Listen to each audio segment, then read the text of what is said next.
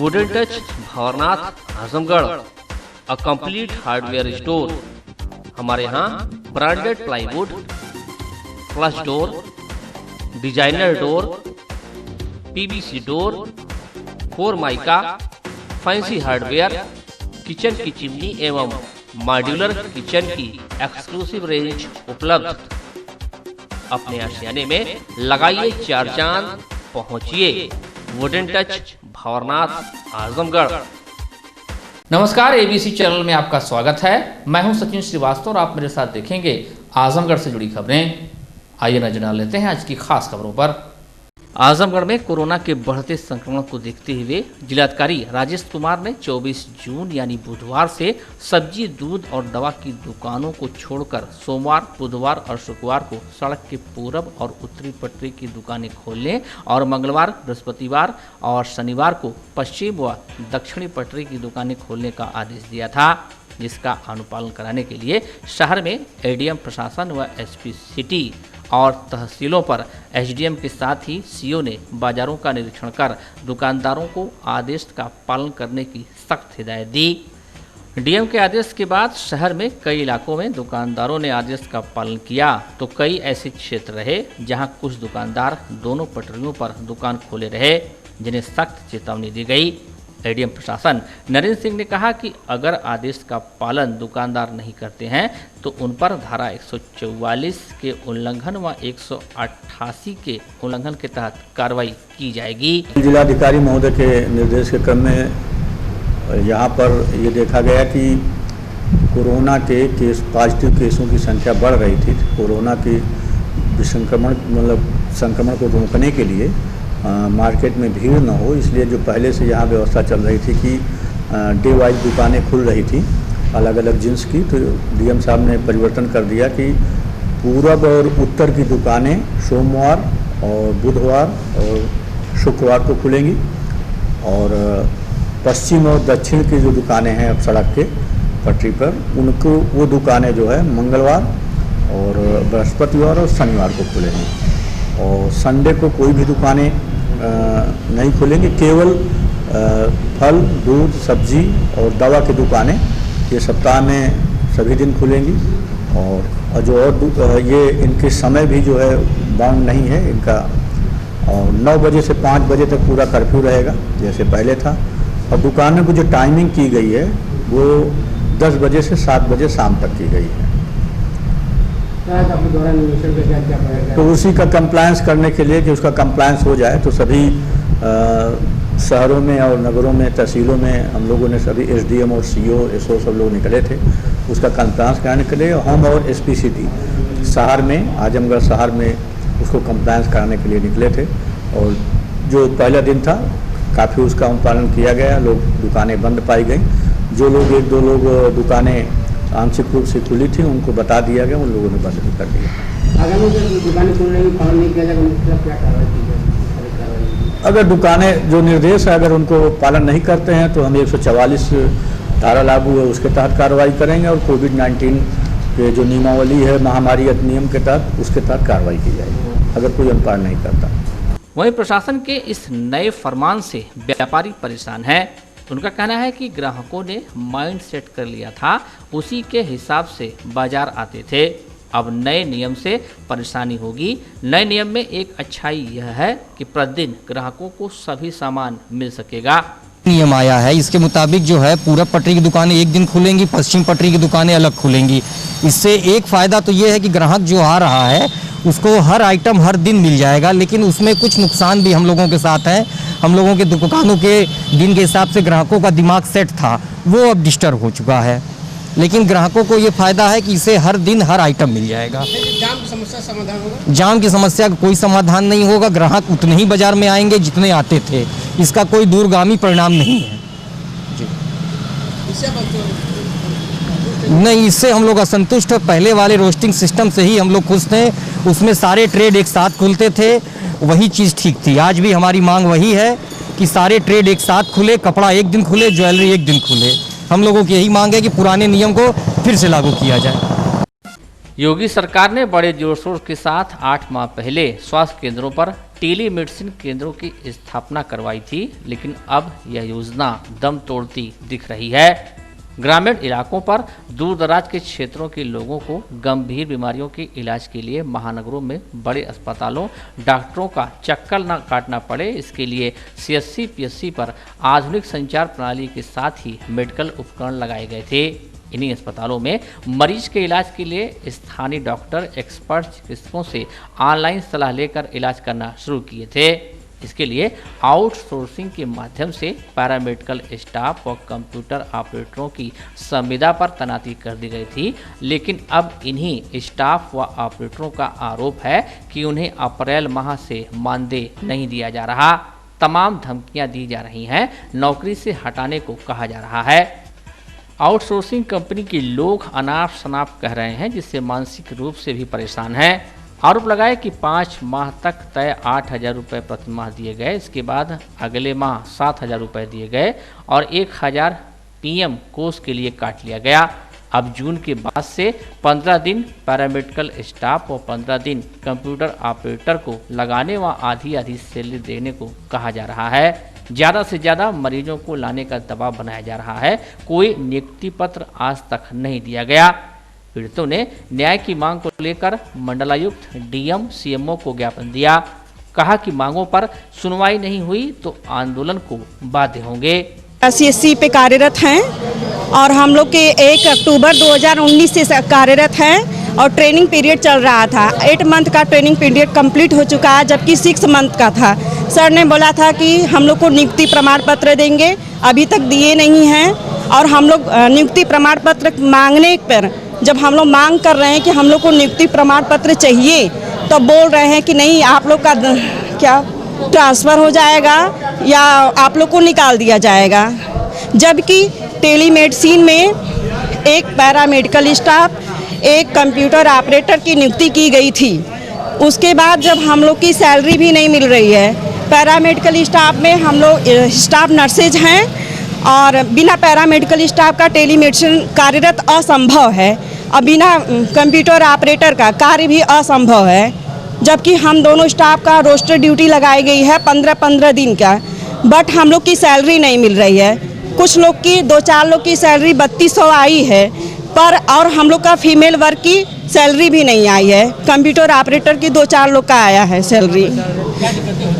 हम लोग को कोरोना बचाव हेतु के लिए कोविड-19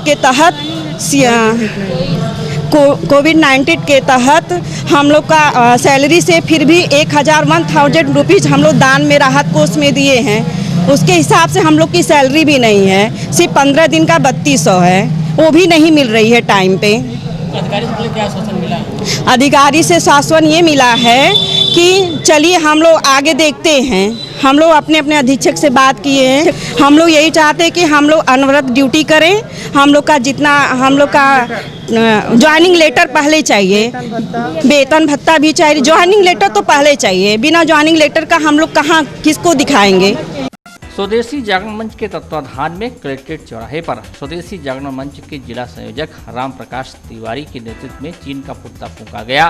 मंच के संयोजक राम प्रकाश तिवारी ने कहा कि चीन हमेशा से भारत के प्रति द्वेष की भावना रखता है और जब भी मौका मिलता है चीन ने भारत की पीठ में खंजर भोंपा है, जबकि भारत ने चीन के साथ हमेशा अच्छे पड़ोसी का व्यवहार किया है।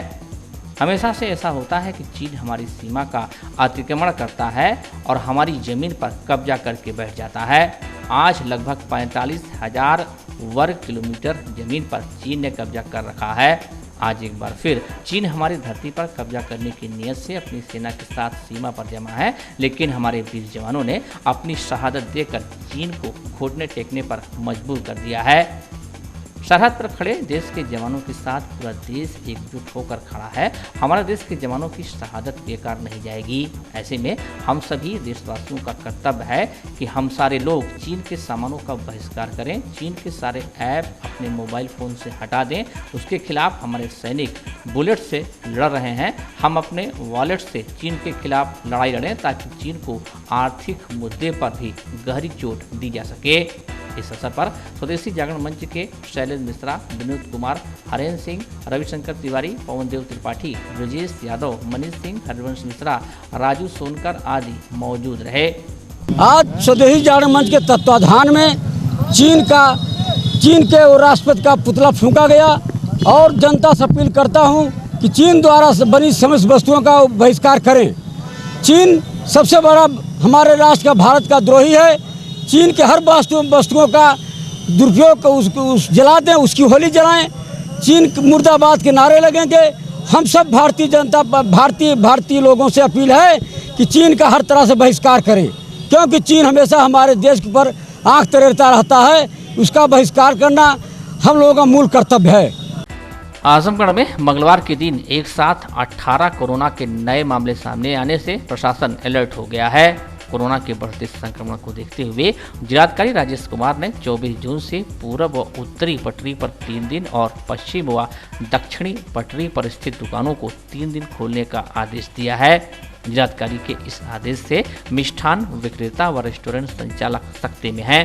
उनका कहना है कि हमारा कच्चा व्यवसाय है। खाद्य सामग्री, दूध, पनीर व छेना से निर्मित मिठाइयाँ 24 घंटे से ज़्यादा नहीं टिक सकती। ऐसे में हमें सप्ताह में कम से कम 6 दिन दुकान खोलने की अनुमति दी जाए। मिष्ठान विक्रेताओं व रेस्टोरेंट संचालकों ने बुधवार के दिन जिलाधिकारी को प्रार्थना पत्र देकर 6 दिन दुकान खोलने की अनुमति देने की मांग किया। आज हम लोग की मांग थी कि कल जिलाधिकारी महोदय ने एक व्यापारियों के साथ बैठक किया था। उसमें दुकानों के बंद खुलने का समय और 3 दिन एक तरफ खुलने का उन्होंने एक अपना आदेश जारी किया। मैंने उनसे अनुरोध किया था कि दवा, फल और सब्जी को जैसे आप नियमित 7 दिन खोल रहे हैं, इसी में मिष्ठान विक्रेताओं को भी रखा जाए, क्योंकि ये कच्चा आइटम है। इनका आइटम ऐसा नहीं कि जो 24 घंटे से ज़्यादा टिके। दूध, छेना और पनीर इनसे बनी चीज़ें हैं, तो वो 24 घंटा ज़्यादा टिक नहीं सकती। तो एक दिन खुलेगा, दूसरे दिन बंद, तो वो चीज़ खराब। और ये भी नहीं है कि आदमी, ग्राहक और मौत का कोई भरोसा नहीं है, आज आएगा कल आएगा कि नहीं आएगा, तो किस अनुपात में वो बनाएंगे इसकी भी तैयारी नहीं है। तो ऐसे में जो पूरे प्रदेश में देखा गया है कि मिठाई की दुकानें 7 दिन खुली हैं, लेकिन जिलाधिकारी महोदय ने कहा कि मैं इसमें 7वें दिन सैनिटाइज कराऊंगा, तो कम से कम 6 दिन इन मिष्ठान विक्रेताओं को भी दवा और फल और दूध की श्रेणी में रखें, ताकि ये कच्चा आइटम है, इनके साथ लेबर है, इनके साथ कारीगर हैं। 5 महीने से ये लोग बैठा के कारीगरों को तनख्वाह दे रहे हैं। वो बाहर से आए हैं, अब तक आस लगा के रखे। अब अगर ये चले जाएंगे तो उनको लाना भी मुश्किल होगा, और ऐसे में 3 दिन का ये जो फरमान है, इसको मानना इनके व्यापार के लिए संभव नहीं है। जी, अब हाँ, जबकि कोविड-19 में सोशल डिस्टेंसिंग की ये लोग पूरी मान्यता को रखेंगे, और उनसे इनका संगठन ये अनुरोध भी करेगा कि पूरे समाज को और समाज की इस परेशानी को देखते हुए उनके साथ रहें और सोशल डिस्टेंसिंग को मेंटेन करें। आज अपर जिलाधिकारी राजस्व थे, उन्होंने कहा कि ये निर्णय जिलाधिकारी महोदय लेंगे, तो वो आज उनसे बात करेंगे। हम लोग का ये प्रतिनिधिमंडल सोमवार को उनसे फिर से मिलके इस पर गंभीर विचार लेगा कि क्या करना होगा। अभिभावक संघर्ष समिति के बैनर तले बुधवार को अभिभावकों ने जिलाधिकारी को प्रार्थना पत्र सौंपा।